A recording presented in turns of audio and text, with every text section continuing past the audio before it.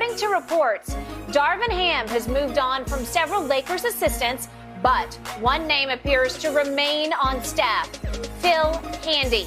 And don't forget, he was with LeBron in LA and Cleveland. He is not listed as one of the coaches who will be let go. Shannon, do you believe Darvin Ham kept Phil Handy just for LeBron? No, because if he did, why wouldn't he keep David Fizdale? David Fizdale was with him for 4 years in Miami.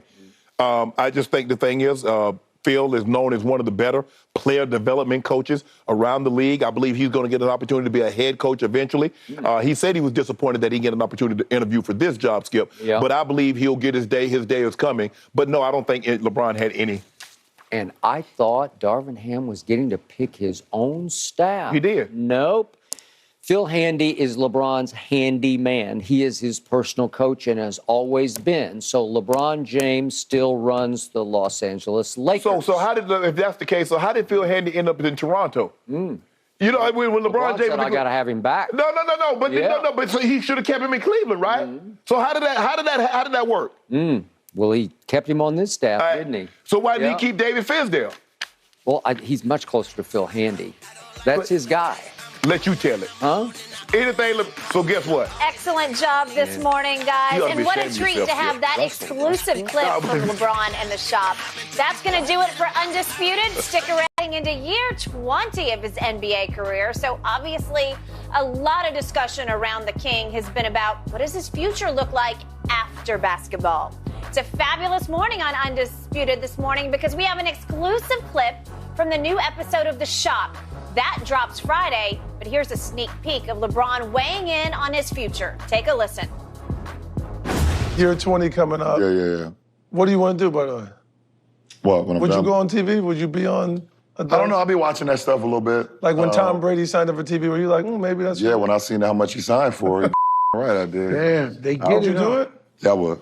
I Really? would. Yeah, for sure. I think you should be a movie star, you know. I mean, one, my knowledge of the sport and and being able to have my insight on the sport and still be around the game. I want to stay around the game for sure forever. I'm letting people know I'm still engaged. He's a fan. I'm a fan of the game. I'm engaged in the game, and I care about our sport.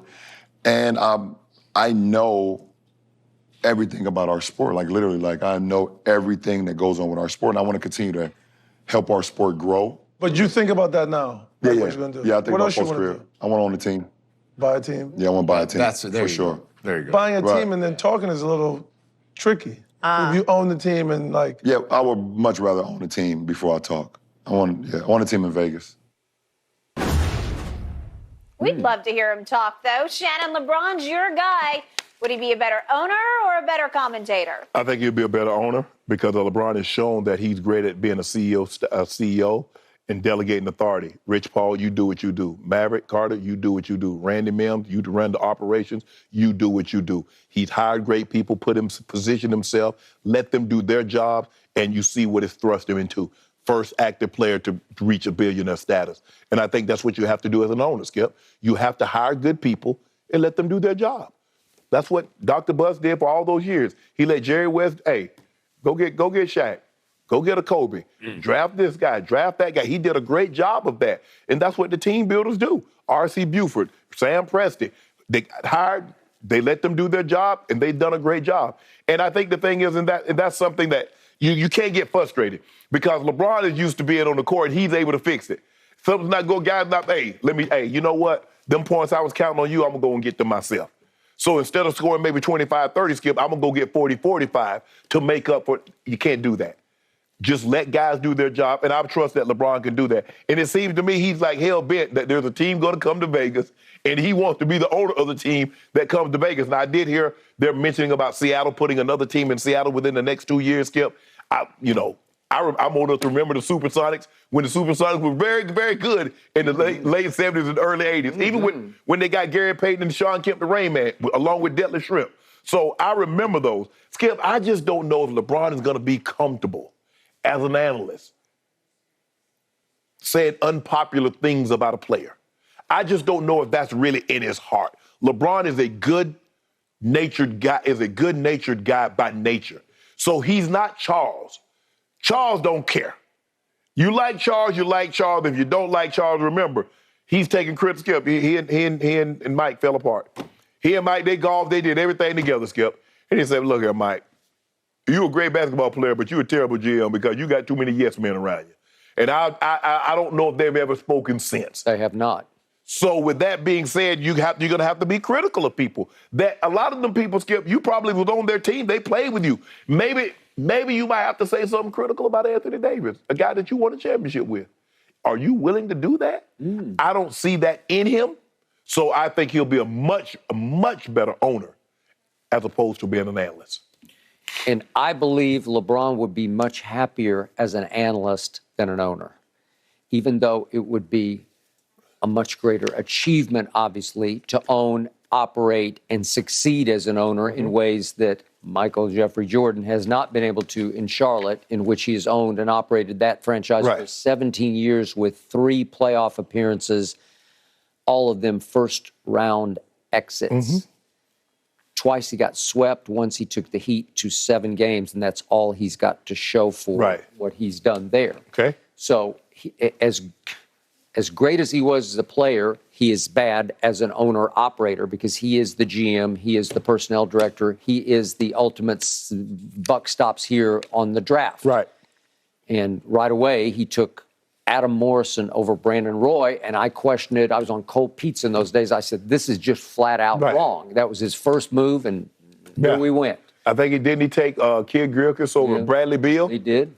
Yeah, and Dame in that draft. So, okay, we can do every draft. You can just say, oh my God, oh my God. Oh yeah, Skip, when you're in a small market, you got to hit. You got to hit a couple because it's hard because it's going to be hard for you to lure.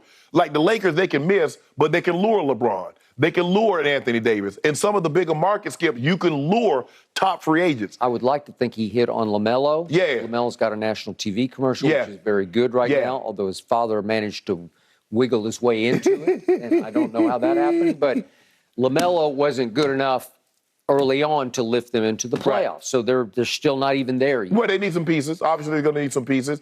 But if you get you keep doing what you look at what the Pelicans did. Okay, they traded, but they got Zion. They got some nice pieces that's coming around. The Celtics is a prime example. But you got to stay the course, Skip, because a lot of times the fan base is going to get restless because you're not winning. You stay the course. This is Jason Tatum's 5th year. This is JB's 6th year. This is Marcus Smart, like 7th or 8th year. You got to be patient. And then you got, get a couple of pieces. You get a Derek White that the Spurs have given up on. Big Al, you had Al. You ship him, you trade him to Philly. He goes to OKC. He comes back.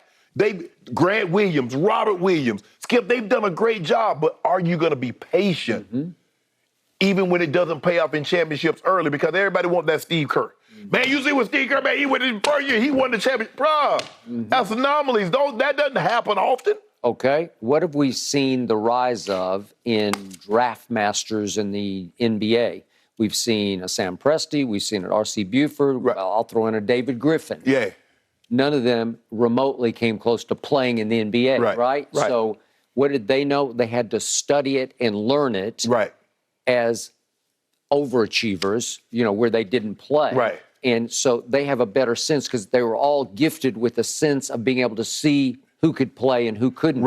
In ways Michael Jordan. Skip, I think it's hard. I think it's harder to judge if you are a great player to know another great player and who can just be. Because I think the thing is that you think everybody should be here with you because that's where you were. And those guys didn't play. It's like, that guy can play. Okay. So the best move LeBron James made in his career was hiring